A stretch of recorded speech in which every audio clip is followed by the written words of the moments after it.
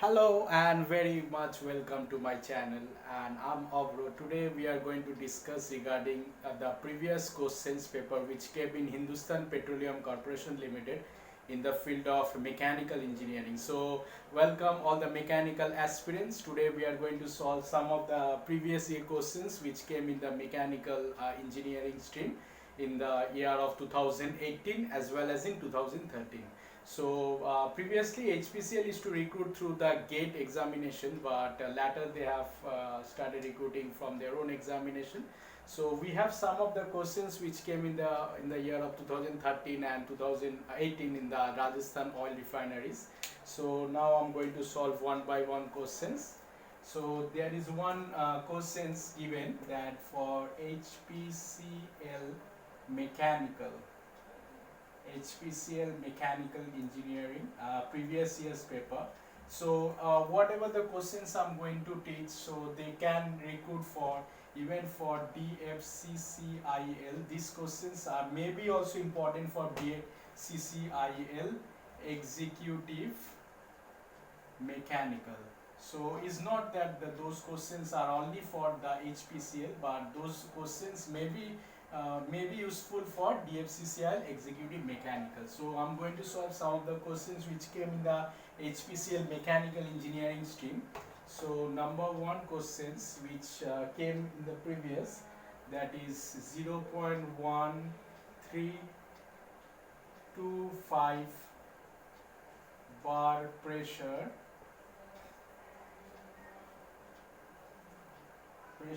is equivalent to equivalent to so there are the options came over here, that is 0.760 centimeter of Hg. Number two option came, that is 76 centimeter of Hg. Number three option is of 0.076 centimeter of Hg, and other option D is of 760 centimeter of Hg. So we know about the pressure, what is the unit of pressure and what is the value of pressure. So we know one pressure value is 1.01, that is 325 into 10 to the power 5 Hg. This is one pressure. One pressure is equal to 1.01325 into 10 to the power 5 of Hg. So we know from the general formula P is equal to rho G into H. So we put the value of this, that is 1.01325 into 10 to the power 5.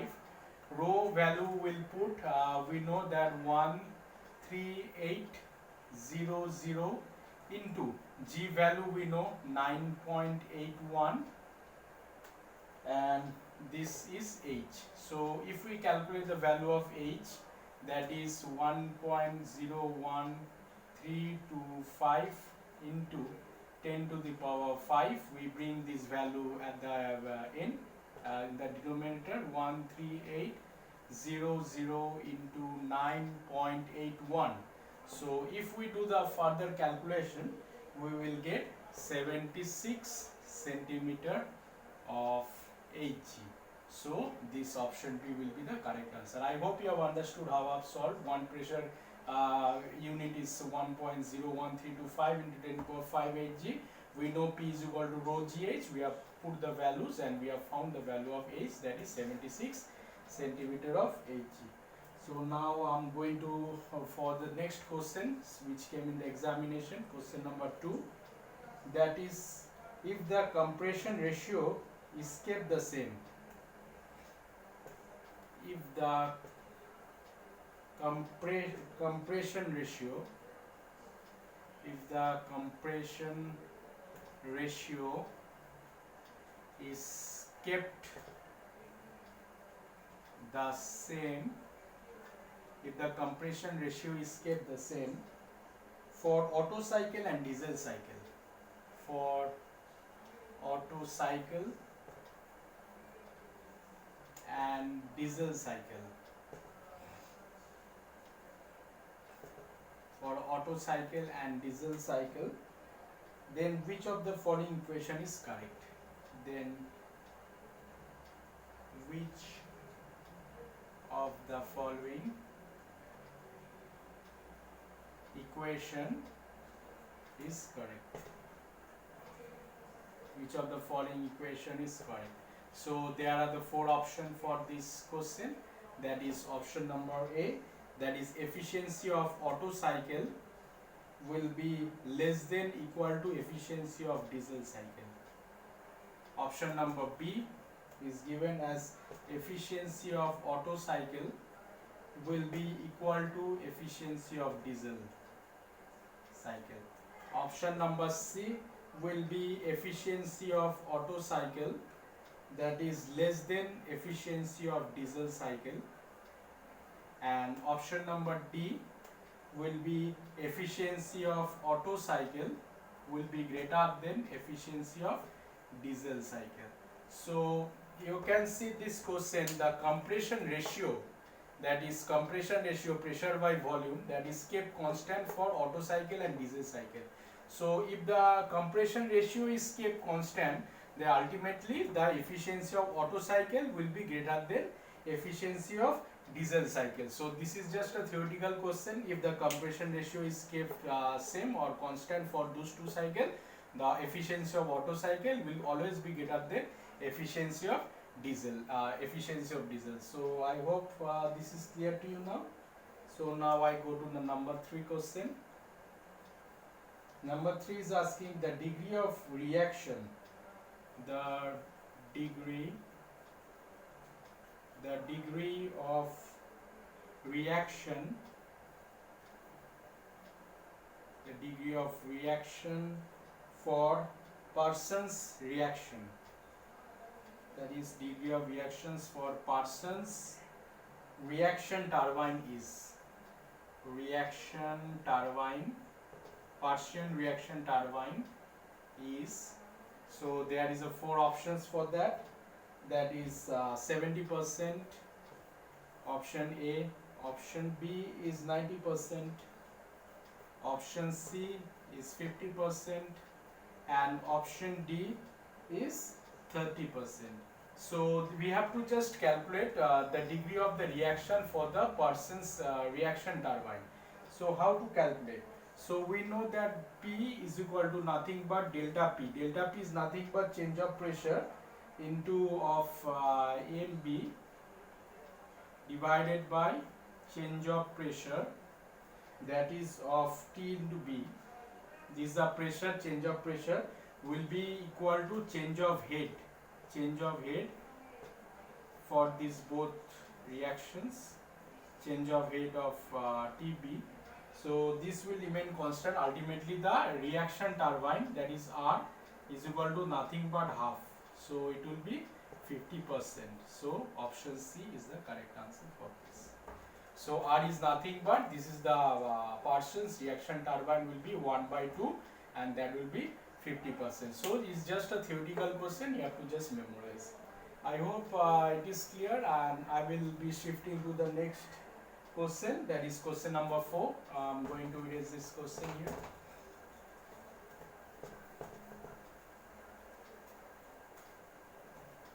So now I'm going to question number 4, that is cold working of metal forming process. Cold working of metal forming process. Cold working of metal forming process is carried out.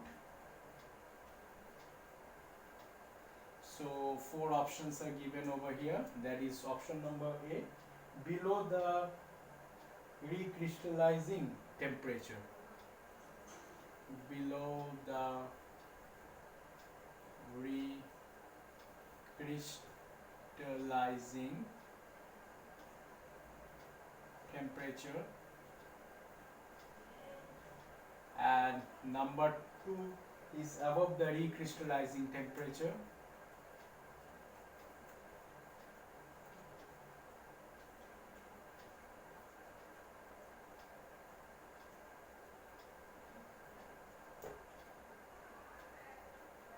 and number C is that is above melting point, and number D is below melting point. Above melting point, and option number D is below melting point. So for this, for the metal forming process, so cold metal, when the metal is being formed, so for the metal forming process, option A will be the correct answer, that is below the recrystallizing temperature. So now I shift to the next question, that is the third law of thermodynamics. It's question number 5. The third law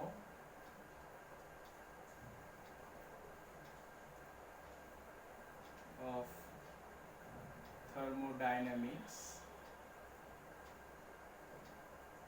So third law of thermodynamics, so there is a 4 options over here. Introduces the principle of introduces the principle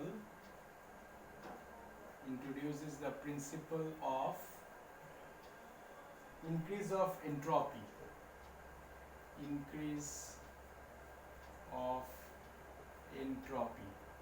increasing entropy. And number 2 option is throws light on concept of internal energy. Throws light on concept of internal energy. And there is a number C option, that is establish a concept of temperature. Establish the concept of temperature. Establish the concept of temperature. And number D option, that is the last option, that is defines the absolute zero of entropy. Defines the absolute zero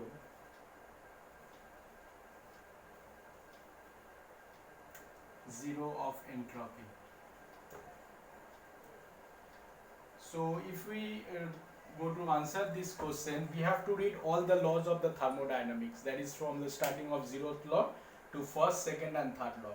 So is the first option is showing the introduces the principle of increase of entropy.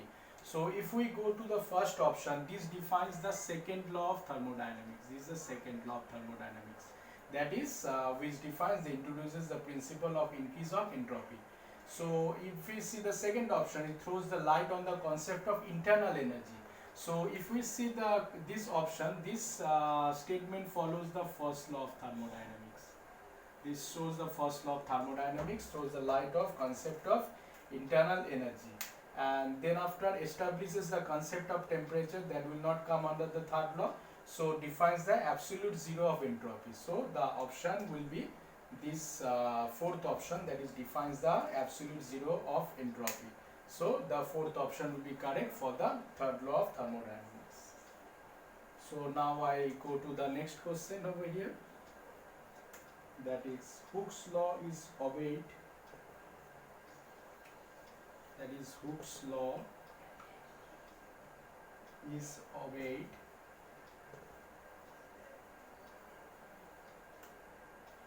up to the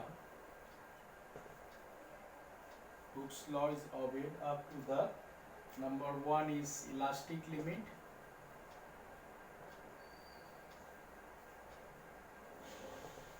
Elastic limit. Number 2 option is given by upper yield point. Upper yield point.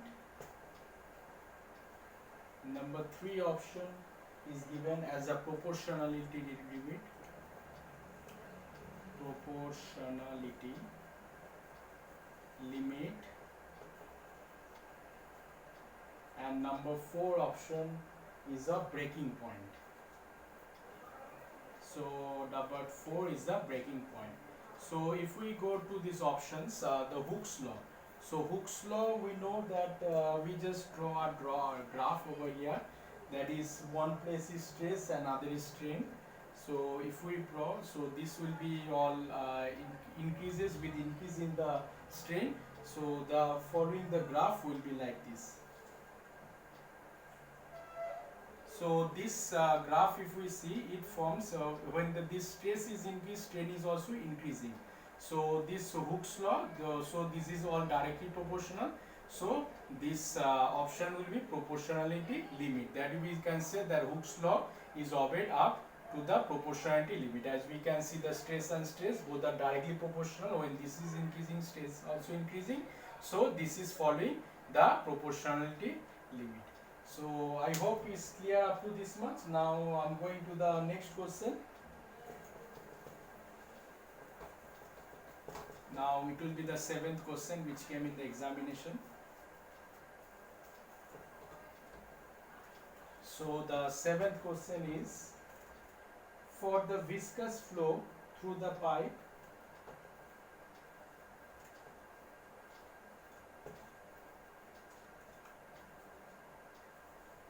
for the viscous flow through the pipe, for the viscous flow through the pipe, the friction factor is given by, the friction factor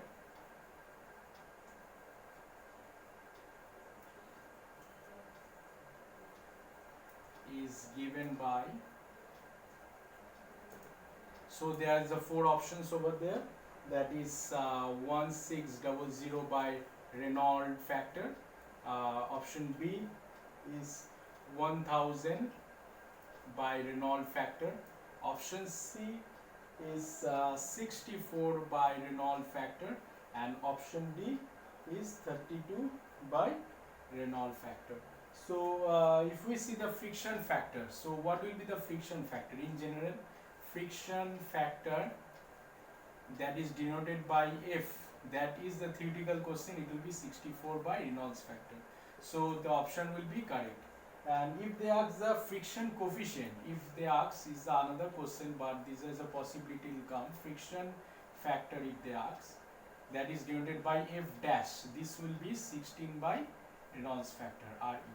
So I hope you understand the viscous flow through the pipes, that will be 64 by RE, and the case of friction factor. And if it is the friction factor coefficient, I'm sorry, is the friction factor coefficient, this is called F dash. There is a friction factor coefficient. F dash is given by 16 by RE, that is the friction coefficient. So in the case of friction factor is F by 64 by RE, and if the question asks what is the friction coefficient, you have to give the answer F dash is equal to 16 by RE. This is Reynolds factor. So I hope it's much clear how we are getting to solve. Now I'm going to the next question. That is the loss of head due to velocity of liquid. The loss of head due to velocity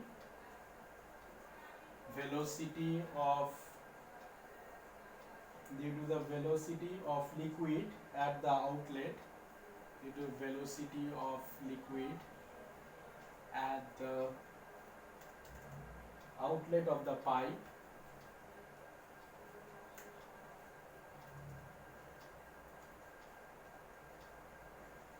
is given by,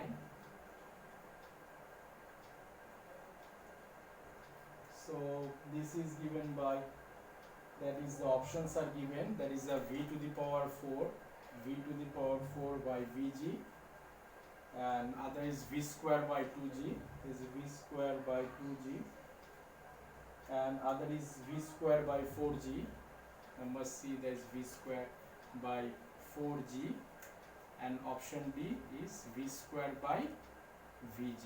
So if we see the loss of the head due to the velocity of the liquid at the outlet of the pipe, so if this question comes, directly it will be v square by 2g, because loss of head, that is the loss of head will be given by this, or loss of head is given by this. So it is direct option is v square by 2 into g. So this is the direct equations we can just remember.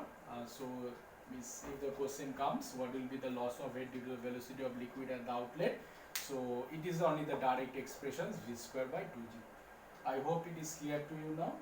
Now I am going to the next question, that is most commonly used material cast.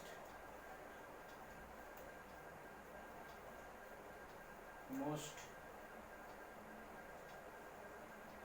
commonly used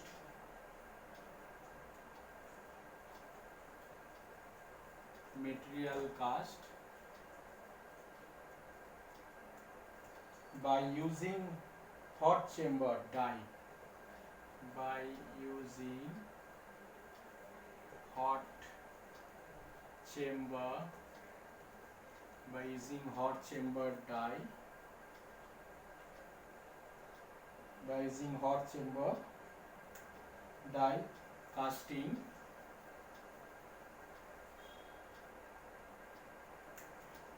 include,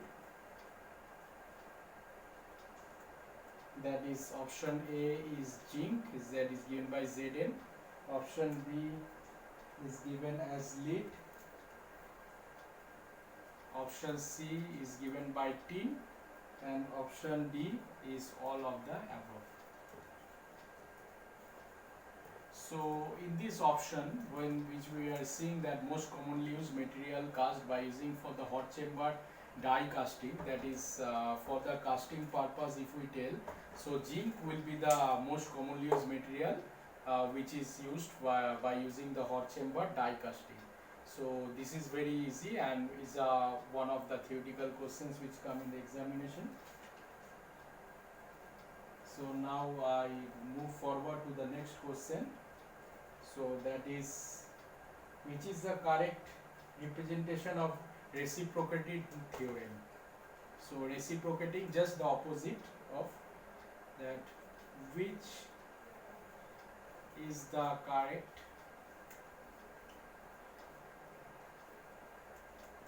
representation, which is the correct representation of reciprocating theorem? Reciprocating theorem. So there are the four options given, that is A1 F21, A1 F21 is equal to A2 F12. Option B is given as A1 F12, A2 F21. Option C is given was SF12 is equal to F21. Option D is given as none of these. So in this case, if you are seeing that which of the following is a correct representation of reciprocating theorem, means we just reciprocate with one another. So we can see A1 can be the reciprocating of A2, and F12 can be reciprocating of F21. So this 12 is being changed to F21, and F21 can be changed to F12. So option B will be the correct answer for this. So this will be the correct option. So 1, 2 will be reciprocating of F21. So I hope this is clear, which will be the correct representation of the reciprocating theorem. So I just now go to the next question.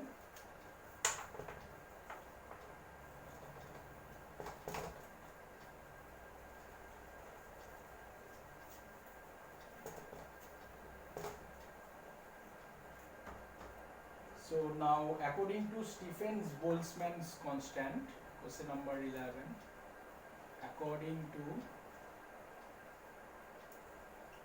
Stephens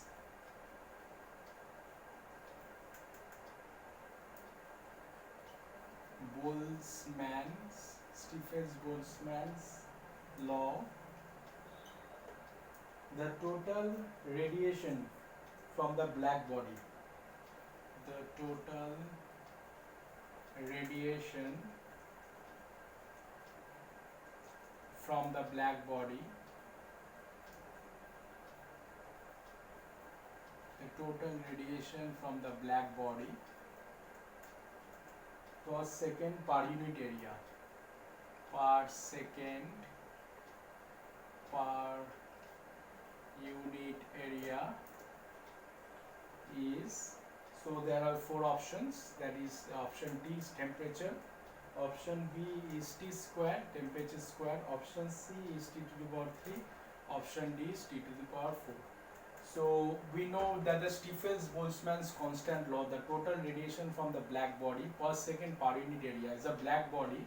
So what will be the total radiation from the black body? So we know that Q is given by sigma A to the power 4. This is nothing. This is according to the Stephens Boltzmann's law.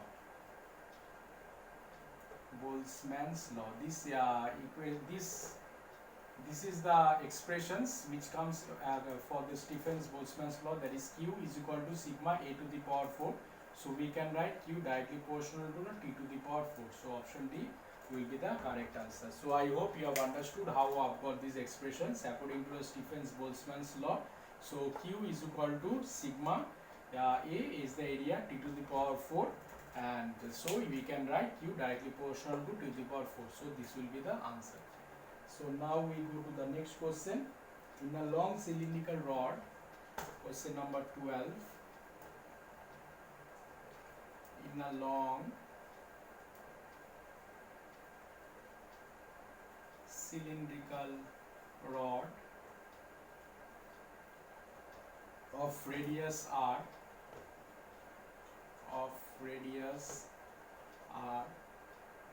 and a surface heat flux of, and the surface heat flask of, and the surface heat flask of is Q naught. So the uniform internal heat generation rate is, the uniform internal heat generation is, so there will be four options. There is number 1 is 2 Q naught by R, number B is 2 Q naught, option C is Q naught by R, option D is Q naught by R square.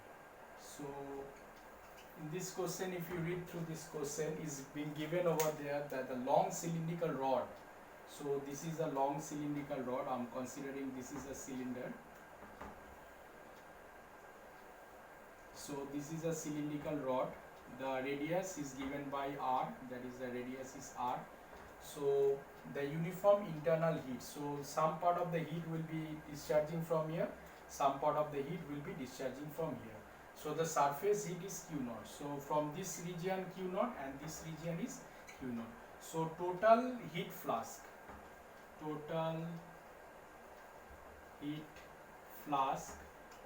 in both directions will be Q naught plus Q naught is equal to 2 Q naught.